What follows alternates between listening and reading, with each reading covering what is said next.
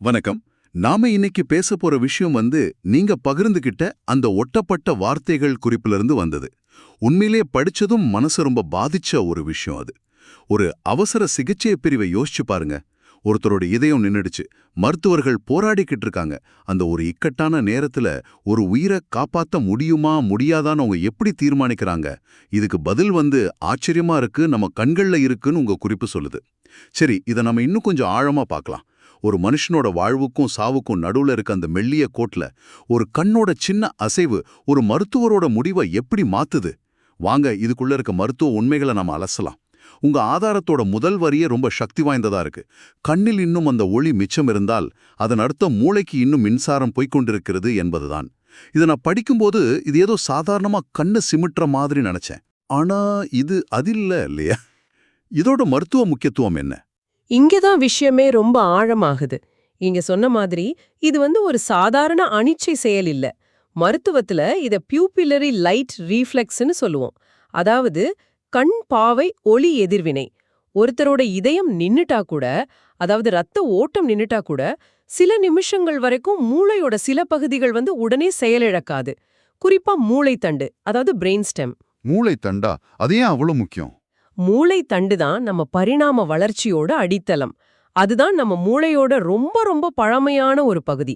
நம்ம சுவாசம், இதய துடிப்பு, இந்த மாதிரி உயிர் வாழ்றதுக்கு தேவையான அடிப்படை விஷயங்களை கட்டுப்படுத்துறது அதுதான்.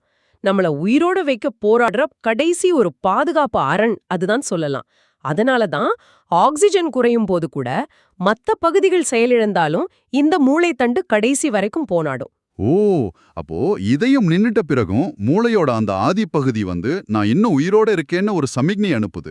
அந்த கடைசி மெசேஜை தான் டாக்டர் கண்ணுல தேடுறாரா? மிக சரியா சொன்னீங்க. ஒரு டாக்டர் கண்ணுல ஒரு சின்ன டார்ச் லைட் அடிச்சு சோதிக்கும்போது கண்ணோட பாவை, பியூப்பிள் சுருங்குச்சுன்னா மூளைத்தண்டுக்கு போற நரம்புகளும் அந்த மூளைத்தண்டும் இன்னும் வேலை செய்யுதுன்னு அர்த்தம். அதாவது உடம்போட மாஸ்டர் ஸ்விட்ச் இன்னும் முழுசா ஆஃப் ஆகலன்னு. இது ஒரு முக்கியமான உயிர் அடையாளம். இதையும் ஒருவேளை நின்னு இருக்கலாம், ஆனா மூளை இன்னும் போராடுதுங்கிறதுக்கான கடைசி நம்பிக்கை அது.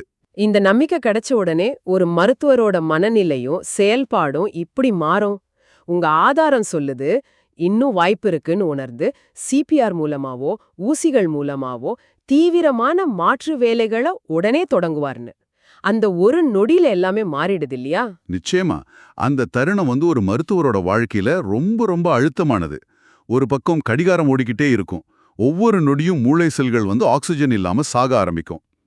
இன்னொரு பக்கம் இந்த ஒரு சின்ன ஒளி, ஒரு சின்ன நம்பிக்கை கீற்ற கொடுக்கும். இன்னும் போராடலாம், இன்னும் வாய்ப்பு இருக்குங்கிற ஒரு உந்துதலை அது தரும். நாங்க காலேஜ்ல படிக்கும்போது இது வெறும் தியோரி. ஆனா ஒரு எமர்ஜென்சி வார்டுல முதல் தடவையா இதை நேர்ல பார்க்கும்போது தான் அந்த ஒளியோட உண்மையான பாரம் புரியும். அந்த அழுத்தத்தை கொஞ்சம் விளக்க முடியுமா? அது வெறும் மருத்துவ நடைமுறை தானா, இல்ல அதுக்கு மேல அங்க என்ன நடக்கும்? நீங்களே கற்பனை செஞ்சு பாருங்க. ஒரு இளம் டாக்டர் முதல் தடவையா அப்படி ஒரு சூழலை பார்க்கறார். சுத்தி நர்ஸ்கள், மிஷின்களோட சத்தம், ஒரு விதமான பதற்றம், இதயம் நின்னுடுச்சு. அப்போ ஒரு சீனியர் டாக்டர் கண்ண பாருங்கன்னு சொல்வார். ஓ, அந்த இளம் டாக்டர் நோயாளியோட கண்ணை திறந்து லைட் அடிக்கும்போது அந்த பாவை லேசா சுருங்குறத பாக்குறார். அது 1 மில்லிமீட்டர் அசைவாதான் இருக்கும். ஆனா அந்த நொடியில அந்த ரூமோட ஒட்டுமொத்த எனர்ஜியும் மாறிடும். அது வரைக்கும் ஒரு மெக்கானிக்கலா நடந்துகிட்டு இருந்த ஒரு விஷயம் ஒரு உயிரை காப்பாத்துற தீவிர போராட்டமா மாறும். சார்ஜ் தி டிஃபிபிரிலேட்டர், புஷ் அட்ரினலின், இந்த மாதிரி சத்தங்கள் கேட்கும். அந்த ஒரு சின்ன ஒலி ஒரு முழு டீமுக்கும் புது பலத்தை கொடுக்கும். நீங்க சொல்றத கேட்கும்போது அது ஒரு போர்க்குளம் மாதிரி தெரியுது. அந்த ஒளிய பார்க்கறதுக்கும் பார்க்காம இருக்கிறதுக்கும் நடுவுல ஒரு வாழ்க்கையே இருக்கு. சரி, இந்த கண் பரிசோதனை தவிர வேற ஏதாவது அறிகுறிகளை மருத்துவர்கள் பார்ப்பாங்களா, இல்ல இதுதான் முக்கியமா?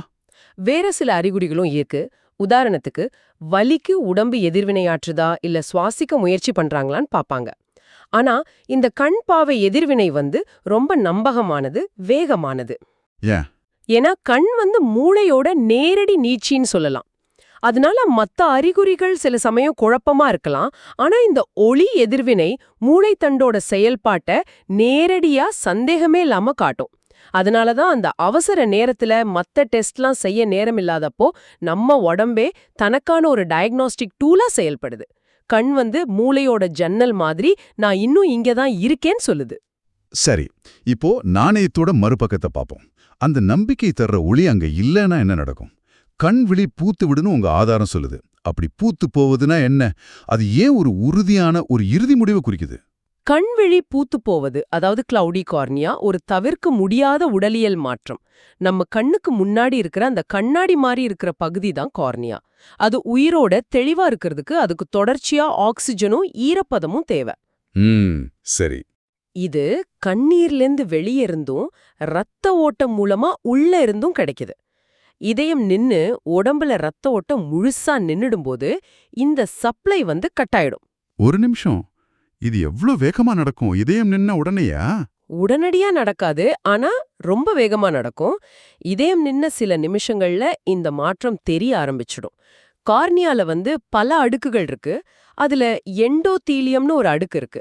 அதோட வேலை என்னன்னா, கார்னியால இருக்கிற தண்ணியோட அளவை கட்டுப்படுத்துறது தான். ஒரு பம்ப் மாதிரி. ஓ, ஒரு பம்ப் மாதிரி. ஆமா, ரத்த ஓட்டம் நின்னதும் இந்த பம்ப் வேலை செய்யறது நிறுத்திடும். அதனால நீர் தேங்கி அதோட அந்த ஸ்வச் தன்மை இழந்துருது, அப்படிதானே? அதேதான். தண்ணி தேங்க தேங்க ஒரு காலத்துல பளிங்கு மாதிரி இருந்த அந்த பகுதி மெதுவா ஒரு மாதிரி வெளிரி ஒரு மேகம் படிஞ்ச மாதிரி மாறிடும். இதத்தான் நம்ம ஆதாரம் பூத்து போவதுன்னு ரொம்ப அழகா சொல்லுது. இது ஒரு மீள முடியாத மாற்றம், இர்ரிவர்சிபிள் சேஞ்ச். இந்த நிலைமைக்கு அப்புறம் நீங்க ரத்த ஓட்டத்தை திரும்ப கொண்டு வந்தா கூட அந்த பகுதியை பழைய நிலைக்கு கொண்டு வர முடியாது. இத விளக்க உங்க ஆதாரம் பயன்படுத்துற ஒரு உருவகம் ஆச்சரியமா இருக்கு. அந்த சோலார் சிஸ்டம் முழுவதுமாக செயலிழந்து விட்டது. உடம்ப ஒரு சூரிய குடும்பமா பாக்குறாங்க. இது வெறும் மருத்துவ விளக்கம் இல்ல, ஒரு முழு அமைப்போட சரிவை குறிக்குது. அந்த உருவகம் ரொம்ப ஆழமானது, துல்லியமானதும் கூட. ஒரு சோலார் சிஸ்டம்ல சூரியன்தான் மையம். அதுபோல நம்ம உடம்புல இதயமும் மூளையும் அந்த மையங்கள். ரத்த ஓட்டம் நின்னு கண்விழி பூத்து போகுதுங்கிறது அந்த மைய ஆற்றல் முழுசா இல்லாம போயிடுச்சுங்கிறதுக்கான ஒரு விழிப்புற அறிகுறி. இனிமே கிரகங்களை, அதாவது மத்த உறுப்புகளை தனித்தனியா இயக்க முயற்சி பண்றதுல அர்த்தம் இல்ல. அந்த சிஸ்டமே கொலாப்ஸ் ஆயிடுச்சு. அப்போ ஒரு மருத்துவர் இந்த நிலையை பார்க்கும்போது அது வெறும் ஒரு அறிகுறி இல்ல, அது ஒரு முழு அத்தியாயத்தோட முடிவுரை, ஒரு சட்டப்பூர்வமான முக்கியத்துவமும் கூட அதுக்கு இருக்கு இல்லையா? நிச்சயமா, இது ஒரு முக்கியமான கேள்வி. ஒரு டாக்டர் அந்த பூத்த விழிகளை பார்க்கும்போது அவருக்கு என்ன தெரியுதுன்னா, இனி இதயத்தை மீட்டெடுக்க முடியாதுங்கிற தெளிவு கிடைக்குது. அந்த நொடியில போராட்டம் முடிஞ்சிடுச்சுன்னு உறுதியாகுது. மருத்துவத்துல எப்போ சிகிச்சையை தொடங்கணுங்கிறது எவ்வளவு முக்கியமோ அதே அளவு எப்போ நிறுத்தணும்னு தெரியறதும் முக்கியம். அந்த தெளிவு இல்லைன்னா அது நோயாளிக்கும் குடும்பத்துக்கும் தேவையில்லாத துன்பத்தை கொடுக்கும். அதனால கண்ணோட அந்த நிலை ஒரு கடினமான ஆனா அவசியமான முடிவெடுக்க டாக்டருக்கு உதவுது. அந்த மொழியில தான் அவரு டைம் ஆஃப் டெத்னு அறிவிப்பார். அந்த வார்த்தைகளுக்கு பின்னால இவ்வளோ விஷயங்கள் இருக்கு. இதிலிருந்து நாம தெரிஞ்சுக்கிறது என்னன்னா, நாம பார்க்கறதுக்கும் உணர்ச்சிகளை வெளிப்படுத்துறதுக்கும் பயன்படுத்துற கண்கள் ஒருத்தரோட வாழ்க்கையோட கடைசி நொடியில மிக முக்கியமான ஒரு மருத்துவ கருவியா மாறுது. அத ஆன்மாவின் ஜன்னல்னு கவிதையா சொல்லுவாங்க. ஆனா இங்க அது மூளையோட கடைசி மின் சமிக்ஞைகளோட ஜன்னலா இருக்கு. இதுல ரொம்ப ஆச்சரியமான விஷயம் என்னன்னா, கண்ணால பார்க்கக்கூடிய ஒரு சிம்பிளான உடல் அறிகுறி இவ்ளோ பெரிய ஒரு முடிவை தீர்மானிக்குது பாருங்க. நம்ம உடம்போட ஒவ்வொரு பகுதியும் எவ்வளவு ஆழமா ஒன்னோட ஒன்னு இணைஞ்சிருக்குங்கிறதுக்கு இது ஒரு சிறந்த உதாரணம். கண்ணுங்கிறது முகத்துல இருக்க ஒரு உறுப்பு மட்டும் இல்ல, அது நேரடியா மூளையில இருந்து வெளியே நீட்டப்பட்ட ஒரு பகுதி. அதனாலதான் மூளையோட நிலையை அதனால அவ்ளோ சரியா காட்ட முடியுது. நீங்க சொல்றத பார்க்கும்போது அந்த ஒரு நொடி, அந்த ஒளிய தேடுற ஒரு மருத்துவரோட பார்வை, அதுதான் ஒரு மனுஷனோட கதையை முடிக்க போதா இல்ல தொடர போதான்னு தீர்மானிக்குது. நாம இன்னைக்கு பேசின இந்த ஒரு சின்ன ஆதாரம் இவ்ளோ பெரிய ஒரு சிந்தனையை தூண்டுது. ஆமா, நாம இத இன்னும் பெரிய அளவுல பார்த்தா ஒரு விஷயம் புரியும். நவீன மருத்துவத்துல எத்தனையோ கருவிகள், ஸ்கேனர், மானிட்டர் எல்லாம் வந்துருச்சு. ஆனா இன்னைக்கும் ஒரு மருத்துவரோட நேரடி கண்காணிப்புக்கும் அடிப்படை மருத்துவ அறிவுக்கும் ஈடு இணை இல்லைங்கிறத இந்த விஷயம் காட்டுது. டெக்னாலஜி மனுஷனோட அனுபவத்தை முழுசா மாத்திர முடியாது. மிக சரியான கருத்து. ஒரு உயிரோட விதியை தீர்மானிக்கிற அந்த நொடியில பல லட்ச ரூபாய் மதிப்புள்ள ஒரு மிஷினை விட ஒரு டாக்டரோட அனுபவம் வாய்ந்த கண்ணும் கையில இருக்கிற ஒரு சின்ன டார்ச் லைட்டும் ஒரு பெரிய கருவியா வேலை செய்யுது. இறுதியா நீங்க யோசிக்கிறதுக்கு ஒரு கேள்வி. இந்த ஆதாரம் மருத்துவரோட கோணத்தை பத்தியும் மருத்துவ அறிவியலை பத்தியும் பேசுது. ஆனா இதெல்லாம் தெரிஞ்சுக்கிட்டதுக்கு அப்புறம் உயிர், மரணம், இதுக்கு நடுவுல இருக்கிற அந்த மெல்லிய கோட்டை பத்தி நீங்க எப்படி உணர்றீங்க? ஒரு சின்ன ஒளித்துகள் ஒரு நொடியில எடுக்கிற முடிவை மாத்த முடியுங்கிறது வாழ்க்கையோட கணிக்க முடியாத தன்மையை நமக்கு இப்படி உணர்த்துது. ஒருவேளை உயிருங்கிறது நாம நினைக்கிறத விட ரொம்ப எளிமையானதா இல்ல ரொம்ப சிக்கலானதா? யோசிச்சு பாருங்க.